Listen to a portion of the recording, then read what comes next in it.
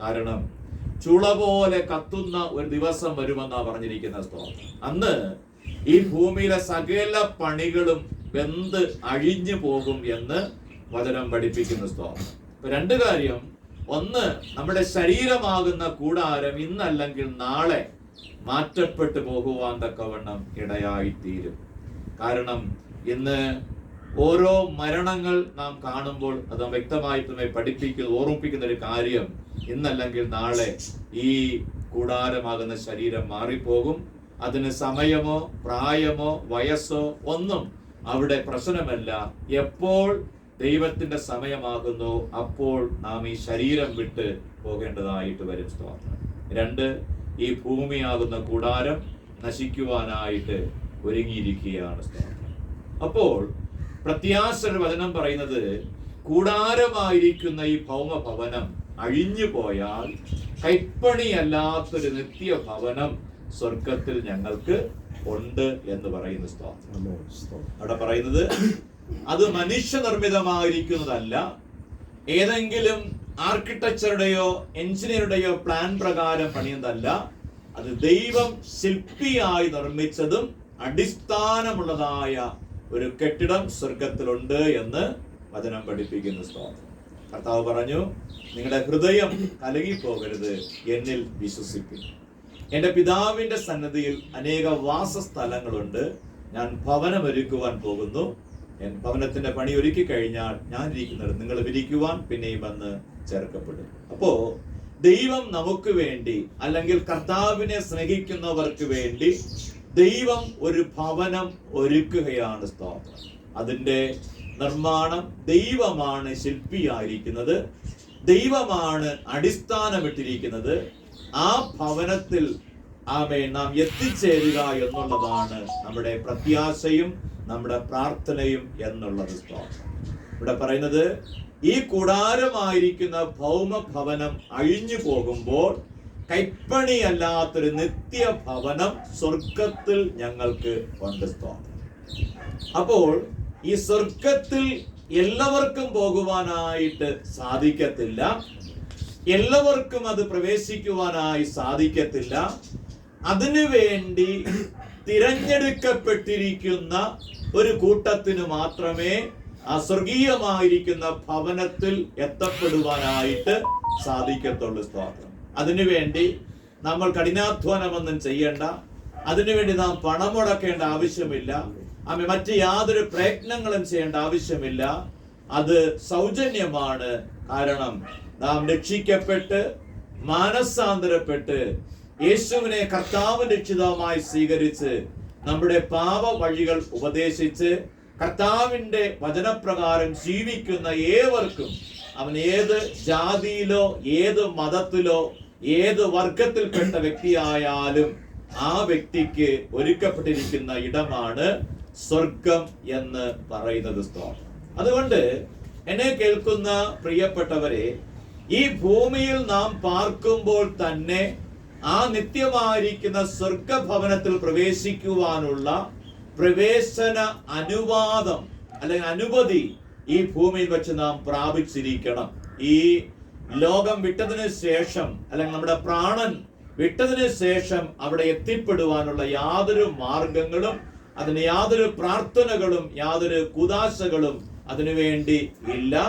അതുകൊണ്ട് ഞാനും നിങ്ങളുമെല്ലാം ഈ ഭൂമിയിൽ പാർക്കുമ്പോൾ തന്നെ ആ സ്വർഗത്തിൽ എത്തുവാനുള്ള പ്രവേശന അനുമതി, സ്തോത്രം, നമ്മൾ പ്രാപിക്കേണ്ടത് ആവശ്യമാണ്. സ്തോത്രം. നമുക്കറിയാം, നമ്മുടെ ഇന്ത്യ മഹാരാജ്യം വിട്ട് മറ്റൊരു രാജ്യത്തിലേക്ക് നാം പ്രവേശിക്കണമെങ്കിൽ നമുക്ക് ചുമ്മാ കയറിപ്പോകാൻ പറ്റത്തില്ല. സ്തോത്രം. തമിഴ്നാട്ടിലോ കർണാടകയിലോ പോകുന്നത് പോലെ നമുക്ക് ആർക്ക് ചുമ്മാ കയറിപ്പോകാൻ പറ്റത്തില്ല.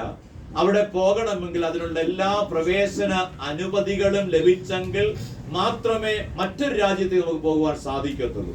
പാസ്പോർട്ടും വിസയും അതുപോലെ മെഡിക്കൽ ചെക്കപ്പ് ഇതെല്ലാം കഴിഞ്ഞെങ്കിൽ മാത്രമേ നമുക്ക് മറ്റൊരു രാജ്യത്ത് പോകാൻ സാധിക്കത്തുള്ളൂ. അപ്പോ കേവലം ഒരു രാജ്യത്തിൽ നിന്ന് മറ്റൊരു രാജ്യത്ത് പോകുവാൻ ഇത്രമാത്രം കടമ്പകൾ കടക്കണമെങ്കിൽ സർവശക്തനായ ദൈവം അടിസ്ഥാനമിട്ടിരിക്കുന്ന ആ സ്വർഗീയ ഭവനത്തിൽ എത്തിച്ചേരണമെങ്കിൽ എത്രമാത്രം നമ്മുടെ ജീവനും ജീവിതവും ഭക്തിയുള്ളതായിരിക്കണം എന്ന് നാം ചിന്തിക്കണം.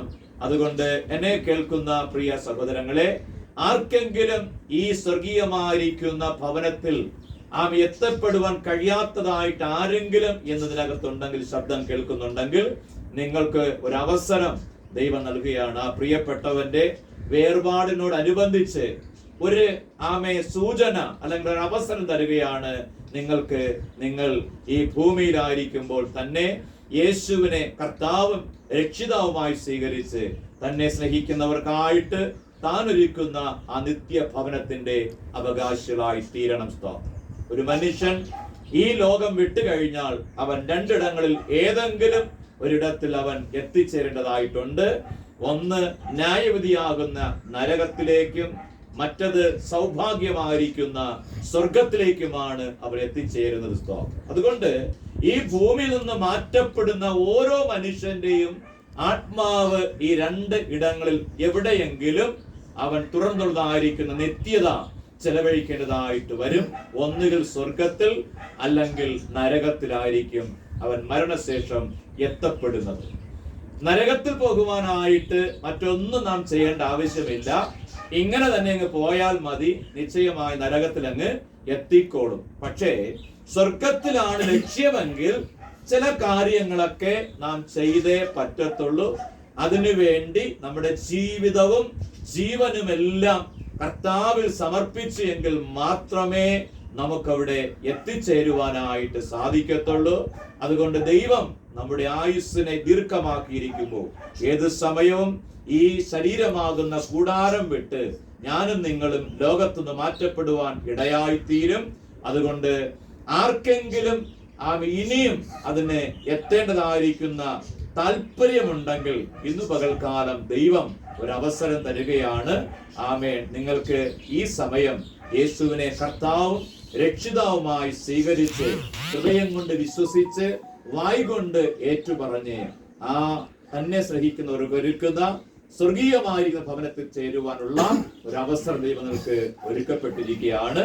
എല്ലാ പ്രിയപ്പെട്ടവരും നഷ്ടപ്പെടുത്തി കളയാതെ അത് പ്രവേശിക്കണം എന്നുള്ളതാണ് കർത്താവിന്റെയും ഞങ്ങളെ പോലുള്ള അതിദാസന്മാരുടെയും ദൈവമക്കളുടെയും ആഗ്രഹവും പ്രാർത്ഥനയും എന്ന് പറയുന്ന സ്തോത്രം. പ്രത്യേകിച്ച് പ്രിയ മണികണ്ഠ സഹോദരനായിരിക്കുന്ന പിതാവിന്റെ വേർപാടും ദുഃഖത്തിലായിരിക്കുന്ന വാത്സല്യ കുടുംബങ്ങൾ, മറ്റ് പ്രിയപ്പെട്ടവർ, സഭയാം ജനങ്ങൾ എല്ലാവർക്കും ഈ സമയത്തിൽ ദൈവം ആശ്വസിപ്പിക്കട്ടെ, പ്രത്യാശയാൽ നിറയ്ക്കട്ടെ എന്ന് ദൈവത്തോട് പ്രാർത്ഥിക്കുന്നു.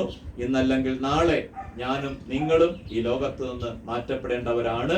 എന്നാൽ മാറ്റപ്പെടുമ്പോൾ നാം നിത്യമായും ആ സ്വർഗീയമായ പർദീസയിലെത്തുവാൻ ദൈവം നമ്മെ സഹായിക്കട്ടെ. ഇപ്രകാരം എനിക്ക് ഒരവസരം തന്ന ബഹുമാനമുള്ള അച്ഛനോടും എൻ്റെ സഭയുടെ കമ്മിറ്റിക്കാരോടും മറ്റെല്ലാ ഈ പ്രിയപ്പെട്ടവരോടും ഈ ഭവനത്തിന്റെ കുടുംബാംഗങ്ങളോടുമുള്ള എന്റെ സ്നേഹത്തെ നന്ദി അറിയിക്കുന്നു. ദൈവം എല്ലാവരെയും ധന്യമായി ധാരാളമായി അനുഗ്രഹിക്കുമാറാകട്ടെ.